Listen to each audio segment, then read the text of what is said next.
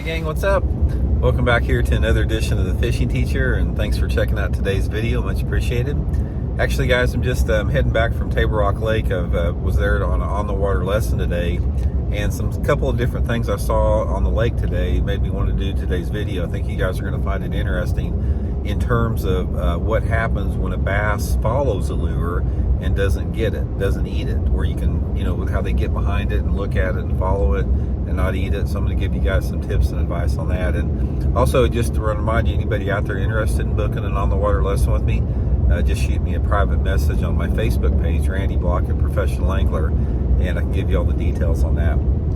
Okay guys, what happened today on the lake was sort of typical. What happens a lot on a clear water lake like Table Rock.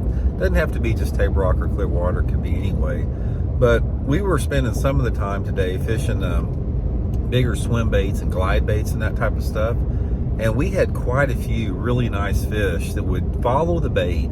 And I'm talking they would either bump it or they'd get like an inch away from it and not hit it. Very frustrating because they were really nice fish. So the baits we were throwing was attracting the fish, but for whatever reason, they just weren't biting it. So what can you do and why is that? The first thing that I want to tell you guys about this is if you are throwing a lure, it doesn't matter what the lure is, and you have a fish following your bait, there's a lot of times there's nothing you can do about it because it all has to do with the mood and the level of aggressiveness or how much a fish is interested in feeding at the time. One of the things that we've talked about on the channel a little bit, and we'll talk about more, is that since this channel is geared towards guys just starting out fishing, is that one of the misconceptions about fishing is that fish bite because they're hungry. That's not the case, guys. If you're talking about predator fish, most of the time, especially largemouth bass or spotted bass or smallmouth bass, they don't bite a lure because they're hungry very often. I think most of the feeding goes on at night.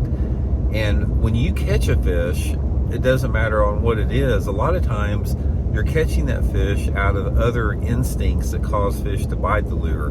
It could be curiosity, it could be reflex, it could be competition, it could be anger, a wide range of things other than being hungry. And what happens is when you have a fish follow a lure in, most of the time you're generating the curiosity instinct in that fish. It's just like today, we had a bunch of those fish look at that bait and they're curious. With the clear water, it drew them up out of deeper water. They followed the lure, and they studied it, and they determined that it was not food. It wasn't anything that they wanted to commit to try to eat, because something in their intuitive part of their being just told them not to go for it.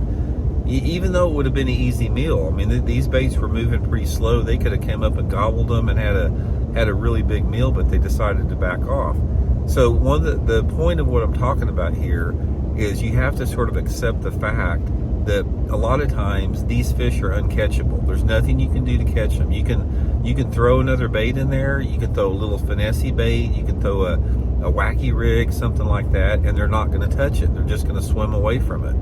Now, that's for one sort of like personality of fish.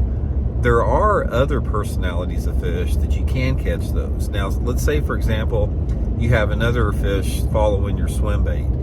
If you notice that the fish is approaching that bait with some level of aggressiveness, like if it's not just like swimming up slowly behind it, where there's some purpose to its movement, and it's sort of charging the bait and it's approaching the bait from different angles, that means that fish is agitated, and that fish could be hungry or could be really angry, and those are the fish that are more catchable. But the key on this is, if you have a situation like that, the best thing that you can do is get the bait that the fish are following out of the water as soon as possible. Say, for example, if you're throwing a swim bait and you see a fish following it, reel that sucker in as fast as you can and pick up something like a shaky head or a wacky rig or a drop shot and pitch it in that area where you last saw the fish as quick as you can. You don't have very much time. If you wait over just a couple of seconds, you'll never catch that fish, because you've got to have that bait right on top of them while they're still hot,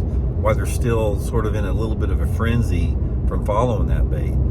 So that's been my experience as far as catching them. Overall, guys, I'm going to say if I have 100 fish a year follow baits, I bet I probably only catch maybe 10 or 15 out of those 100 that follow it. Most of the time when a fish follows the bait, they are not in the mood or the position to actually hit a lure.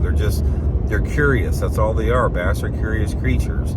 So that's just something to remember. So a lot of times you can just like say, God, I can't believe it. I came so close to catching these. A lot of times there's not anything you can do, so don't beat you up about it. So anyway, guys, thanks for tuning in. We'll talk later.